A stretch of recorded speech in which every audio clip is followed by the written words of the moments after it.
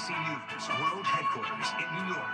This is World News Tonight with David Muir. Good evening. It is great to have you with us. We have made it to Friday, but we still have 4 days to go until this election. And tonight, the breaking headline, Vice President Kamala Harris reacting after Donald Trump at a campaign event imagined guns shooting at Liz Cheney, suggesting guns should be trained at her face. Vice President Kamala Harris says the country needs to turn the page on all of this, saying violent rhetoric from Trump makes him unqualified to be president. The vice president with union workers in Janesville, Wisconsin today, making it clear in these final days her promise to lower costs for American families. But the vice president also making it clear Trump's violent rhetoric involving former Republican Congresswoman Liz Cheney should disqualify him. Vice President Harris on the tarmac saying it shows Trump is, quote, clearly unqualified to be president. The former president campaigning in Warren, Michigan, also focusing on the economy, and Trump traveling with RFK Jr. today. Trump saying RFK Jr., who is known for vaccine misinformation, would play a, quote, big role in healthcare in a Trump administration. Trump saying Kennedy is going to take care of women's health, men's health, and your children's health. Vice President Harris tonight saying RFK Jr. is, quote, exactly the last person in America who should be taking care of women and children's health. We have both campaigns covered tonight, beginning with Mary Bruce and the Harris campaign in Wisconsin. Tonight, Vice President Kamala Harris in Wisconsin trying to shore up support in this crucial industrial Midwest battleground. Janesville, we have just 4 days left. 4 days left. Harris making an all-out push for union workers, stressing her day one promise to lower costs for American families. At the top of my list is bringing down your costs of living, and it will be my focus every single day as president. I will always put the middle class first. I come from the middle class, and I never forget where I come from. But Harris tonight also with fierce words for Donald Trump after he used violent rhetoric against one of her top supporters, former Republican Congresswoman Liz Cheney, one of the former president's most outspoken critics. She's a radical war hawk. Let's put her with a rifle standing there with 9 barrels shooting at her, okay? Let's see how she feels about it. You know, when the guns are trained on her face. Cheney responding, saying this is how dictators destroy free nations. They threaten those who speak out against them with death. We cannot entrust our country and our freedom to a petty, vindictive, cruel, unstable man who wants to be a tyrant. Cheney adding the hashtag women will not be silenced. Harris today was blunt. This must be disqualifying. Anyone who wants to be president of the United States who uses that kind of violent rhetoric is clearly disqualified and unqualified to be president. Cheney has been urging Republicans to vote for Harris, telling them they can keep it a secret if they want to. I would just remind people, if you're at all concerned, you can vote your conscience and not ever have to say a word to anybody. And there will be millions of Republicans who do that on November 5th.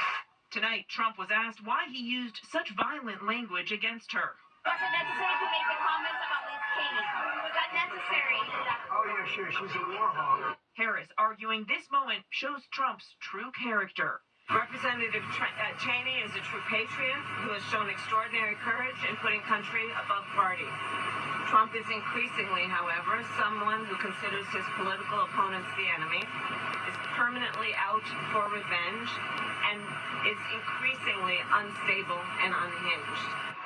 Now, right now, this race is so tight. Both campaigns trying to reach that tiny sliver of voters that is still undecided. It's why Harris is lasering in on Trump's comments, like those about Liz Cheney. Now, this weekend, Harris will continue to blitz the battleground states. She'll be in North Carolina and Georgia tomorrow before spending all of Sunday in Michigan, David. Just a few days left. Mary Bruce, you'll be out in the trail and then right here with us on election night. We'll see you then. In the meantime, former President Trump campaigning today with RFK Jr., who gave up his bid for the presidency to endorse Donald Trump. Trump is now promising that RFK Jr. would have a major role in the Trump administration when it comes to women's and children's health. Rachel Scott with the Trump campaign in Wisconsin. Tonight in Must-Win, Michigan, Donald Trump urging his supporters forward towards the end of a long road. But we're going to miss these rallies, aren't we, huh? Like his Democratic rival, the former president closing on the #1 issue for voters, the economy. And when we win, you are 4 days away from the best jobs, the biggest paychecks, and the brightest economic future the world has ever seen. You're going to be great. I love it.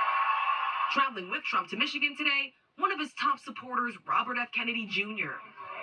Kennedy, who has repeatedly spread debunked conspiracy theories about vaccines, dropped his own independent bid for the White House to back Trump.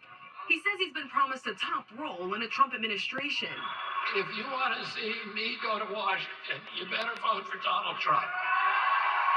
Today, Trump making this pledge. How good was Bobby Kennedy Jr.? How good was he? And he's so into health and he's going to take care of women's health and men's health and your children's health.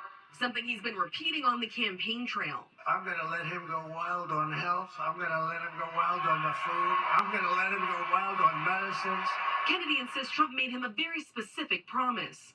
The key that I think that President Trump has promised me is control of the public health agencies, which are HHS and its sub-agencies, CDC, FDA, NIH, and a few others, and then also the USDA, which is key to making America healthy. Tonight, sources tell ABC News Kennedy has already recommended a fellow vaccine skeptic to be Secretary of Health and Human Services in a Trump administration, Dr. Joseph Ladapo, currently Surgeon General of Florida. During the pandemic, Ladapo repeatedly questioned the effectiveness of COVID vaccines. Today, Trump asked if he agrees with Kennedy about vaccines.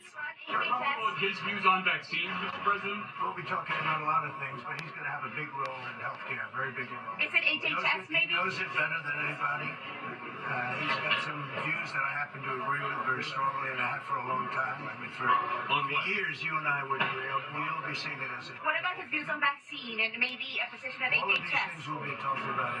Vice President Kamala Harris today attacking the idea that Trump would put Kennedy in charge of America's health system. He has indicated that the person who would be in charge of health care for the American people is someone who has routinely promoted junk science and crazy conspiracy theories, who once expressed support for a national abortion ban, and who is the exact last person in America who should be setting health care policy for America's families and children.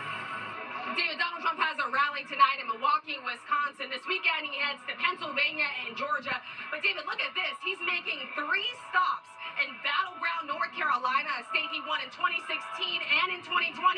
Those stops in the final weekend of this campaign shows just how much that state is a must-win for his campaign, David. Rachel Scott on the Trump campaign tonight. Rachel, thanks to you as well. We do